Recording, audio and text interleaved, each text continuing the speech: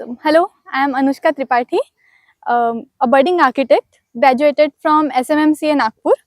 My thesis topic was Nanoday, meaning rise of knowledge, unveiling ancient architecture. Now, generally कैसा होता है जो students before thesis internship करते हैं, तो generally students taking internship in the type of city or the type of projects they handle there, they get their ideas of thesis from that point of origin. Means their point of origin either is the city they live in or the type of project they have handled there. So that was not the point in my case. I did my internship at Ashok Mokha Architects Nagpur. So जब मैंने सोचा कि from where should I take my starting point of the thesis, so I thought कि I should go back to my 4 years of thesis and should try to get what I have absorbed as a student of architecture in those 4 years. So what architecture is according to me, though it is a time spaces those indulge emotions into any individual or users, and those dealing with the type of emotions they face and the type of spaces they live in or they work or they study there, means studying spaces.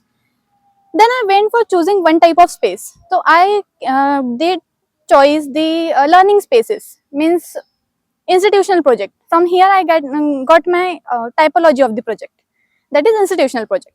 Now while going for an institution and making spaces for students to live or to study there, those spaces should give them happy feelings or stressless environment to study. तो अब जब मेरा typology fix हो चुका था, तो मुझे type of users देखने थे और टाइप ऑफ स्टूडेंट्स मेरे स्टूडेंट्स थे, तो अब मुझे देखना था कि कौन से age group of student I will have to select. तो आई थॉट कि 9 to 12 वो ऐसा फेज होता है जो हम करियर के तरफ पहला स्टेप करते हैं, that we have to choose our direction of career and for future एंडिवियर्स.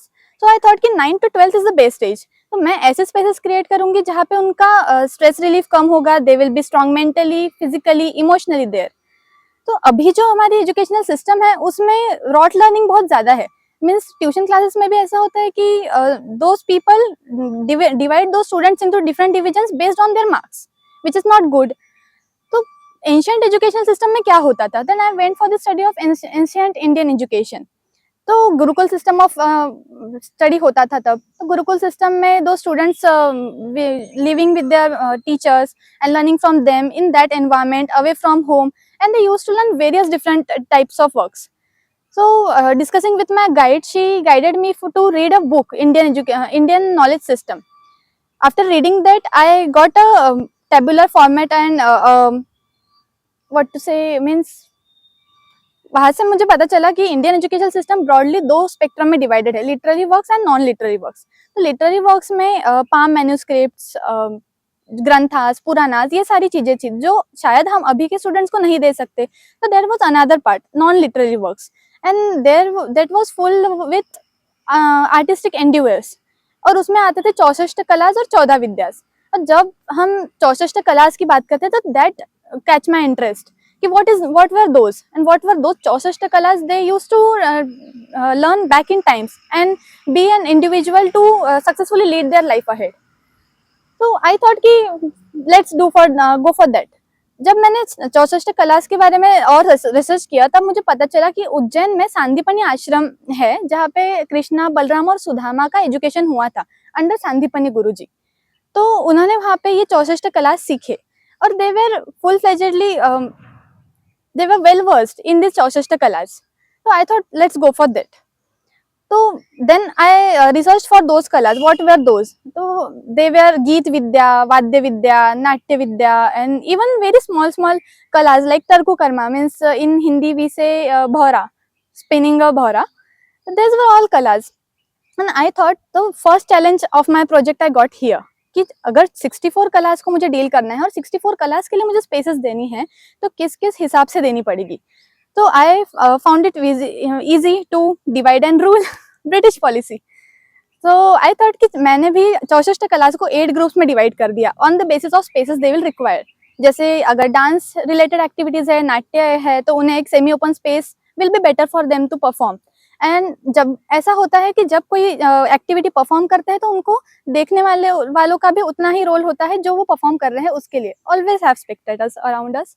That's why तो मैंने ऐसे एक्टिविटीज डिवाइड की, जैसे सिंगिंग रिलेटेड एक्टिविटीज है, इंस्ट्रूमेंटल एक्टिविटीज है, वो सब one group. Then another activities were making beverages, cooking meals. Those activities were categorized in another group. Then painting related activities, playing with colors and waters were divided in a group. In this way, I got 5 different categories of group and 5 different categories of spaces according to them, based on that. तो अब ये जो पूरा area मैं अपने site पे एक place करूंगी, this became my thrust area of the thesis and I named it as Kalopasana area. अब when I am dealing with an institutional project, I have to go for school typology, means institutional typology. So when I talked with my guide, she said जब कोई भी कला है, जो skills है, जो हम इंड्यूस करते हैं, वो 9 to 12 के एज से बेटर है कि जो बचपन से चालू की जाए. तो क्यों ना मैं 9 to 12 ही ना लेते हुए मैं आंगनवाड़ी से स्टार्ट करूं, ताकि वो बच्चों में वो ज्यादा इंडल्ज होगा और फिर 9 to 12 आने तक those people will be trained in that to work with that. So I thought I extended my scope of work from Anganwadi to 12th. अब जब मैं स्कूल टाइपोलॉजी की और इंस्टीट्यूशनल प्रोजेक्ट की बात कर रही थी, तो I have to look into new educational policy, and now today's new educational policy is have segregated the educational system into 4 parts. Earlier it was 10 plus 12, but now it has become into 4 parts, namely foundational, preparatory, middle and secondary. So I also thought of giving these 4 categorization and thought of giving boarding school for 9 to 12, क्योंकि Gurukul system was basically boarding, living away from home. तो मैंने 9 to 12 ये जो category है, इन्हें boarding रखा, और जो आंगनवाड़ी तो पहले वाले 8th स्टैंडर्ड तक के जो स्टूडेंट्स हैं, उन्हें मैंने डे बोर्डिंग कर दिया. देन अब मेरा स्कूल टाइपोलॉजी डिसाइड हो गई, कलोपासना एरिया मेरा साइड पे फिक्स हो गया. अब मुझे जब डिजाइन प्रोग्राम की तरफ जाना था, जो मुझे नंबर ऑफ स्टूडेंट्स कैलकुलेशन चाहिए, तो I chose CBSE affiliation for my school. CBSE affiliation के रूल्स में minimum number of students, minimum number of spaces and minimum area calculation for classroom and even for laboratories has been given. So I have to look for that obviously, and here I got decided that मेरे site plan पे मुझे एक academic area चाहिए, boarding students के लिए residential area चाहिए, then Kalopasana area चाहिए, and other ancillary activities like recreational area and sports के एरिया. अब it was a challenge for me to play all this spaces on a site. तो I chose site in Nagpur itself, क्योंकि कोई भी अच्छे काम की शुरुआत हमसे होनी चाहिए. तो if we live in Nagpur, we should start it from there, why not it. और जनरली ऐसा होता है कि गुरुकुल बोलने के बाद लोगों को लगता है कि वो जंगल एरिया में होना चाहिए, नदी पहाड़ों के पास. अब जब टेक्नोलॉजी इतना ग्रो हो चुका है कि हम एज एन आर्किटेक्ट हम भी एनवायरमेंट क्रिएट कर सकते हैं any piece of land choose करके. तो I chose my site in Nagpur. It is in Panjari farms and it is of 25 acre area. Huge area to deal with. पता चल गया था मुझे कि it will not going to be easy. तो अब माई चैलेंज वॉज दैट कि मेरे number of buildings total 15 to 16 हो रही थी, I have to handle them all. First to 4th year तक एक ही बिल्डिंग होती थी, एक ही साइट होती थी, छोटी सी, सब मैनेज हो जाता था. तो मैंने सारी मेरी बिल्डिंग्स को अलग अलग टाइपोलॉजीज में डिवाइड कर दिया. और again I referred a book, campus planning by architect Achyut Kanvinde sir. तो उन्होंने काफी इंस्टीट्यूशनल प्रोजेक्ट के बारे में बेसिक गाइडलाइंस दे के रखी है. तो उन्होंने कहा था कि अगर इंस्टीट्यूशनल प्रोजेक्ट है तो हमारा focus area is academic area, it should be placed in middle. और उनके 10 मिनट वॉक के रेडियस में रेसिडेंशियल एरिया होना चाहिए. तो मैंने भी अपने जितने भी एक्टिविटीज एरियाज थे, मैंने एकेडमिक ब्लॉक्स को 2 में डिवाइड कर दिया. आंगनवाड़ी टू 12th बहुत सारे क्लासेस है, तो मैंने 9 to 12 की एक बिल्डिंग, ऐसे 2 कैटेगराइजेशन ऑफ एकेडमिक बिल्डिंग्स. और एडमिन एरिया मीन्स मेरा जो एकेडमिक क्वाड्रेंगल था वो मैंने अपने साइट पे सेंट्रली प्लेस किया. और गर्ल्स और बॉयज हॉस्टल को सेपरेट करना चाहिए और थोड़ा बहुत डिस्टेंस भी होना चाहिए उनमें, क्योंकि छोटे बच्चे हैं, that is growing age, they should be kept different, kept a little bit away from each other. So those were placed on site at the rear portion. और उनका जो मेस डाइनिंग एरिया है वो दोनों को एग्जैक्ट इक्वल डिस्टेंस पे approachable होना चाहिए. इसलिए at centre is my academic area, residential area has been divided in 2 different sides of the site on rear portion, and their dining area has been kept in between. Now I have to give spaces for Kalopasana and sports block. तो कलोपासना मैंने ऐसी जगह पे site पे place किया जहाँ पे मैं मैक्सिमम वेजिटेशन डेवलप कर सकूँ और मैन मेड एनवायरमेंट ऐसा क्रिएट करूँ जिससे ऐसा फील हो कि बैक इन टाइम्स गुरुकुल के वक्त हम नदी पहाड़ सब आसपास रहते थे, वो सब क्रॉस करके पढ़ते थे. इसलिए मैंने कलोपासना एरिया को साउथ वाले पोर्शन में प्लेस किया मेरे साइड पे, क्योंकि अगर वहाँ पे ज़्यादा डेंस वेजिटेशन होगा तो उस साइड का माइक्रो क्लाइमेट भी अपने आप हैंडल हो जाएगा। तो in this way I got my site plan sorted. Another challenge for me was कि साइट को बस एक ही फ्रंट रोड था, तो I have to manage different types of entries, recreational entry for occasional purpose, then pedestrian entry, क्योंकि students जो बाहर से ही ड्रॉप हो रहे हैं अपने प्राइवेट व्हीकल से, तो उन्हें बाकी व्हीकल्स का डिस्टर्बेंस नहीं होना चाहिए। That should be given a different entry for pedestrians, then another entry point for vehicles of school buses and even private vehicles, even with a drop off point. So this segregating entries was another difficult point for me.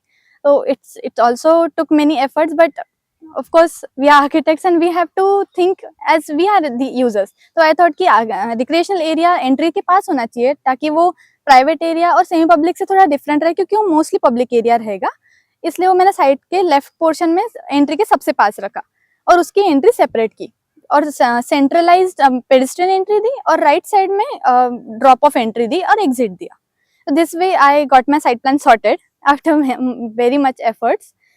Another different now came to the building level concept. अब मेरा side plan sort हो चुका था। अब जब मैं गुरुकुल की बात कर रही हूँ तो मेरा टाइपोलॉजी ऑफ बिल्डिंग भी ट्रेडिशनल मैच करना चाहिए ताकि it should give the feeling of tradition. What was our tradition back in times in Vidarbha? So there was Vada pattern at that time. तो वाड़ा पैटर्न क्या था, मैंने वो स्टडी किया।